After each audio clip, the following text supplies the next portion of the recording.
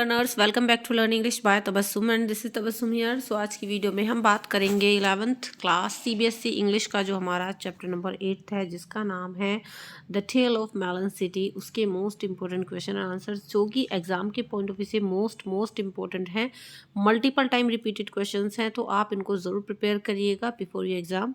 तो इस particular video में मैं आपको 5 short and 2 long question answers बताने वाली हूँ, जो कि मतलब इनसे बाहर आपका कुछ भी नहीं आने वाला, तो इनको आप एक बार ज़रूर प्रिपेयर करके जाएं।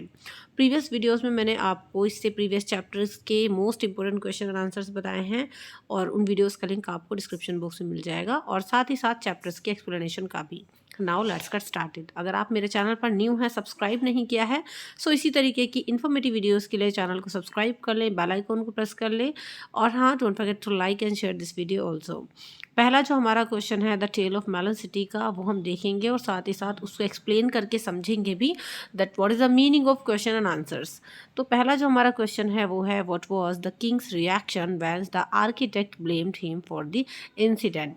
यानी जब आर्किटेक्ट ने मतलब ब्लेम किया किंग को, जब आर्किटेक्ट ने ये कहा कि राजा साहब आप ही जिम्मेदार हो इस घटना के, तो किंग ने कैसा रिएक्शन दिया। तो मतलब किंग का क्या रिएक्शन था जब आर्किटेक्ट ने उनको ब्लेम किया। तो देखो, when the architect blame the king for the incident he was confused and nearly lost control over himself.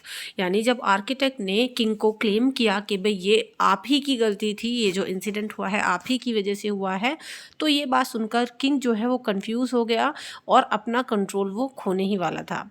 However being a just and placid king he said that it was an intricate matter and he needs someone's advice. लेकिन क्योंकि राजा जो है वो एक बहुत ही शांत स्वभाव का राजा था, तो इसीलिए उसने गुस्से में होने की बजाय शांत होकर ये बोला कि ये एक बहुत ही पेचीदा मामला है और हमें किसी जो है एडवाइस की ज़रूरत है, हमें किसी ऐसे इंसान की एडवाइस की ज़रूरत है जो सही से हमें एडवाइस दे। He order to bring to him the wisest man in the country. और किंग ने ऑर्डर किया कि शहर के किसी बुद्धिमान व्यक्ति को लेकर के आया जाए। तो ये था किंग का रिएक्शन जब आर्किटेक्ट ने किंग को ब्लेम किया। नेक्स्ट क्वेश्चन है what was the advice given by the wisest man. यानी जब उस वाइजेस्ट मैन को, बहुत ही बुद्धिमान व्यक्ति को लाया गया, तो उस इंसान की क्या एडवाइस थी। आंसर है at the king's command the wisest man was found and brought rather carry to the royal court. कि जैसे ही किंग ने कमेंट किया कि भाई शहर के किसी बुद्धिमान व्यक्ति को ढूंढ करके लाओ, तो उस बुद्धिमान व्यक्ति को ढूंढा गया और उसको रॉयल कोर्ट में लाया गया। In fact he was so old that he could neither walk nor see. In fact वो बुद्धिमान व्यक्ति जो थे वो इतना ज़्यादा बूढ़े थे कि ना तो वो देख पा रहे थे और ना ही वो ठीक से चल पा रहे थे। He said that the culprit must be punished. और उन्होंने कहा कि कल्प्रिट को ही पनिश किया जाना चाहिए। जब पूरे उन्होंने मसले को सुना, he held the ark responsible for hitting the crown violently and causing it fall। और उस बुद्धिमान व्यक्ति ने ये भी बताया कि आर्क जो था, यानी जो मेहराब थी, वो ही रिस्पॉन्सिबल थी, उसी की वजह से जो क्राउन था वो वायलेंटली गिर गया और वही वजह थी उसके गिरने की। So according to him the arch was the real culprit, है ना। तो इस हिसाब से जो वाइजेस्ट मैन थे, उनके हिसाब से जो आर्क था, मतलब जो मेहराब बनाई गई थी, वही जो है गुनहगार थी, रियल में कल्प्रिट थी। नेक्स्ट क्वेश्चन है how did the arc escape punishment. यानी जैसे मतलब उस वाइजेस्ट मैन ने बोला कि कुल मिलाकर सारे मामले को देखा जाए तो जो मेहराब बनाई गई थी एक्चुअल में वही जो है कल्प्रिट थी, मतलब वही गुनहगार थी। लेकिन वो जो आर्क थी वो पनिशमेंट से कैसे बच गई, तो ये आपको बताना है। आंसर है as advised by the wisest man the arch was held responsible for hitting the crown and led to the scaffold. जैसे ही उन बुद्धिमान व्यक्ति ने एडवाइस किया कि भी आर्क जो है वो रिस्पॉन्सिबल है, उसी की वजह से क्राउन पर हिट हुआ और क्राउन गिर गया, तो इसलिए जो है आर्क को ही फांसी के फंदे पर लाया गया। Suddenly a counsellor said that it would be a shameful act to hang the ark that touched his majesty's head। Suddenly एक काउंसलर ने ये कहा कि अरे ये तो बड़ा शर्मिंदगी भरा काम होगा कि एक ऐसे आर्क को जिसने हमारे राजा के सर को मतलब टच किया है, उसको अगर हम फांसी पर चढ़ा दें तो ये तो शेमफुल होगा।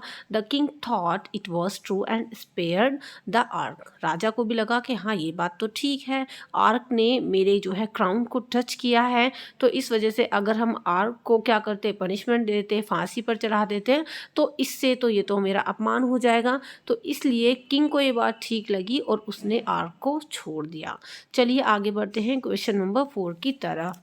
वीडियो को लाइक और शेयर ज़रूर कर देना। एंड हाँ, if you need PDF of this video so you can also join my Telegram channel, जिसका लिंक नीचे डिस्क्रिप्शन बॉक्स में गिवन है, वहाँ से आपको ये PDF ईजिली मिल जाएगी। क्वेश्चन नंबर 4 है describe the circumstances which lead the hanging of his majesty. कि वो परिस्थितियाँ बताइए जिसकी वजह से राजा को खुद ही फांसी पर झूलना पड़ा। ये लास्ट में हुआ था इस चैप्टर के। तो देखो, the crown was getting restless as the hanging was being delayed. तो क्राउन जो है वो रेस्टलेस हो रहा था क्योंकि फांसी में देरी होती जा रही थी, कभी किसी पर इल्ज़ाम आ जाता, कभी किसी पर, और इस वजह से फांसी हो ही नहीं पा रही थी किसी को भी। Sensing their mood the king said the someone must be hanged immediately. और राजा ने देखा कि भाई जनता का क्या मूड है, तो राजा ने कहा कि भाई बहुत हो गया, अब किसी न किसी को इमीडिएटली हमें जो है हैंग करना ही होगा, as the nation wanted it, क्योंकि पूरा राष्ट्र यही चाहता था कि किसी न किसी को तो पनिशमेंट दी जाए। अ नूज वॉज सेटअप, तो इसलिए एक नूज को सेटअप किया गया, मतलब फंदा तैयार किया गया। It was somewhat high, लेकिन ये जो फंदा था ये थोड़ा सा ऊंचा था। Each man was measured turn by turn, हर एक इंसान को लाया गया, क्योंकि देखो मतलब बेवकूफ़ी था वो राजा वहाँ का, तो हर एक इंसान को नगर से ढूंढ कर लाया गया और देखा गया, मेजरमेंट उसका लिया गया कि भी हाँ फांसी के फंदे तक कौन आ सकता है। There was only one man who was tall enough to fit in the noose and it was the king. और जब सभी को मतलब मेजरमेंट सबकी ले ली गई, तो केवल एक ऐसा इंसान था जो इतना लंबा था जो उस फांसी के फंदे तक आ जाता, और वो कोई और नहीं था, वो खुद राजा था। So his majesty was hanged, तो इसलिए मेजेस्टी को ही हैंग कर दिया गया। तो इस तरीके से राजा को खुद को ही फांसी के फंदे पर झूल जाना पड़ा। नेक्स्ट जो हमारा क्वेश्चन है 5 है, क्वेश्चन नंबर ये है, what was the problem confronted by the ministers, how did they solve it. कि अब जो मिनिस्टर्स थे वहाँ के, उनके सामने क्या प्रॉब्लम आ गई थी और उन्होंने उसको कैसे सॉल्व किया। आंसर है, after hanging of his majesty the ministers were confronted with the problem of finding a ruler for their state. जब उन्होंने अपनी मेजेस्टी को हैंग कर दिया तो सभी मिनिस्टर्स जो थे उनके सामने एक ये प्रॉब्लम आई कि अब जो है नया शासक कौन होगा हमारे स्टेट का, मतलब अब नेक्स्ट राजा कौन बनाया जाएगा। To solve this problem they followed their old custom, और इस प्रॉब्लम को सॉल्व करने के लिए उन्होंने अपना पुराना कस्टम अपनाया। The heralds were sent out to proclaim that the next person who passes the city gate would choose the ruler of their state. और उनका पुराना कस्टम ये था कि राजा के जाने के बाद जो पहला ऐसा व्यक्ति होगा जो सिटी गेट के सामने से गुजर कर जाएगा, उससे ये पूछा जाएगा कि भाई बताओ हमारे स्टेट का नेक्स्ट रूलर कौन होगा। तो उन्होंने यही किया और उसके लिए इन्होंने जो है भेजा वहाँ के मतलब अग्रदूतों को भेजा कि भी जाओ और देख कर आओ अब नेक्स्ट बंदा कौन है जो वहाँ से गुजरेगा, उससे हम पूछेंगे कि नेक्स्ट जो है हम किसको राजा बनाएं। So these are the 5 most important short question with answers. I hope आपने अच्छे समझ लिए होंगे। Now let's see the first long one. तो पहला क्वेश्चन जो है लॉन्ग वो है, how does the so called just and placid king of melon city land himself into a difficult situation. कि किस तरीके से एक ऐसे राजा ने जो बहुत ही शांत था लेकिन थोड़ा बेवकूफ़ भी था, उसने अपने लिए कैसे एक डिफिकल्ट सिचुएशन अपने सामने बना ली, है ना। आंसर है, the king of melon city proclaim to construct an art.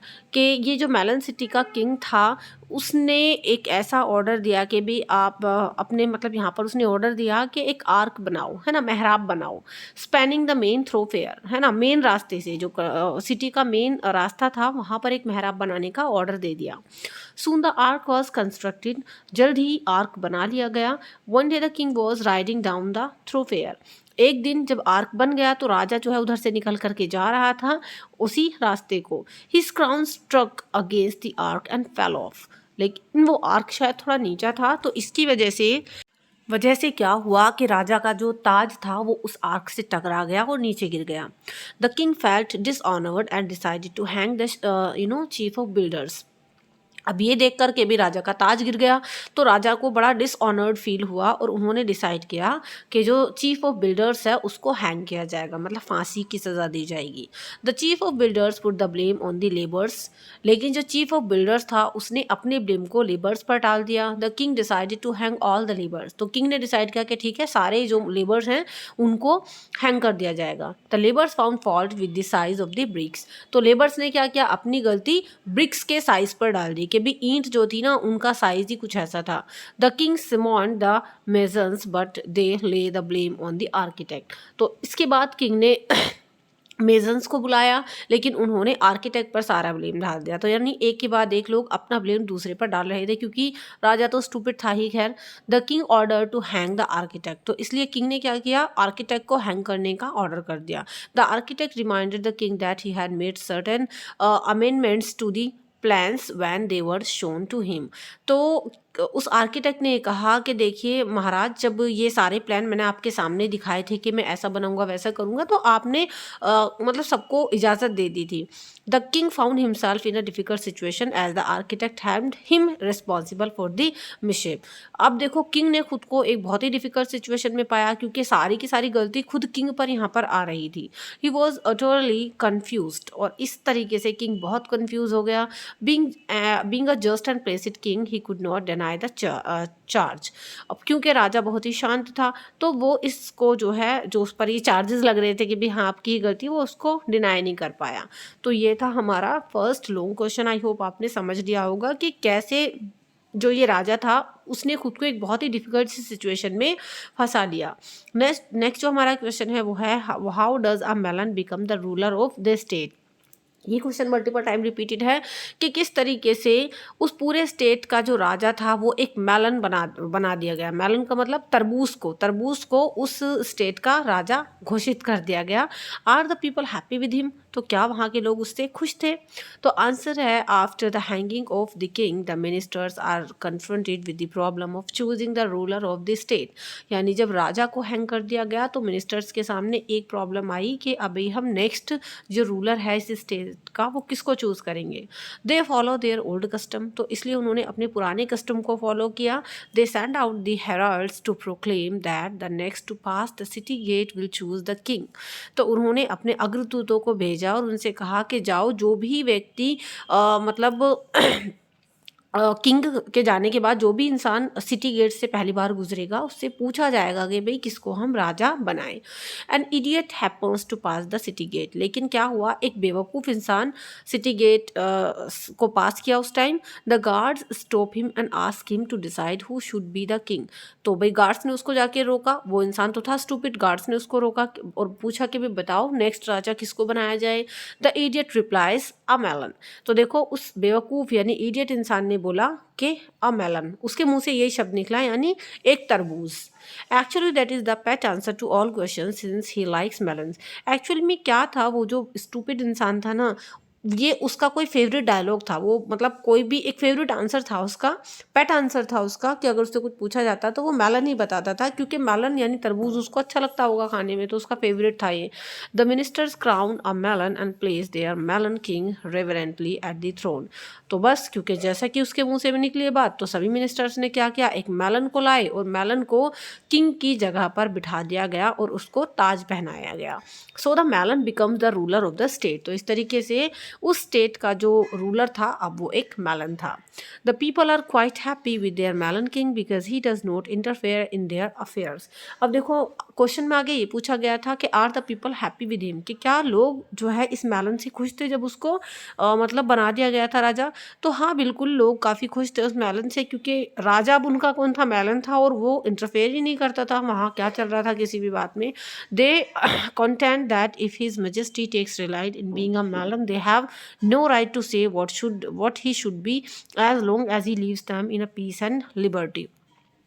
तो देखो वो ये लोग ये भी देखते थे अपने मजेस्टी में, और इस चीज़ का वो लोग फ़ायदा उठाते थे कि मेलन है राजा तो कुछ कहेगा ही नहीं, कुछ भी करते रहो, है ना, और उनके पास कोई अधिकार ही नहीं है कहने का कि क्या सही है क्या गलत, क्योंकि मेलन था तो वो कुछ बोलता ही नहीं था। सो विद दिस मैंने यहाँ पर आपको इस चैप्टर के most important question and answers बता दिए हैं।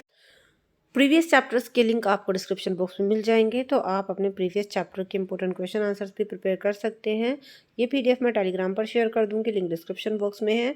और don't forget to like and share this video also, and हाँ, subscribe the channel for all upcoming videos. तो चलिए नेक्स्ट वीडियो में मिलते हैं। Thank you so much and good bye.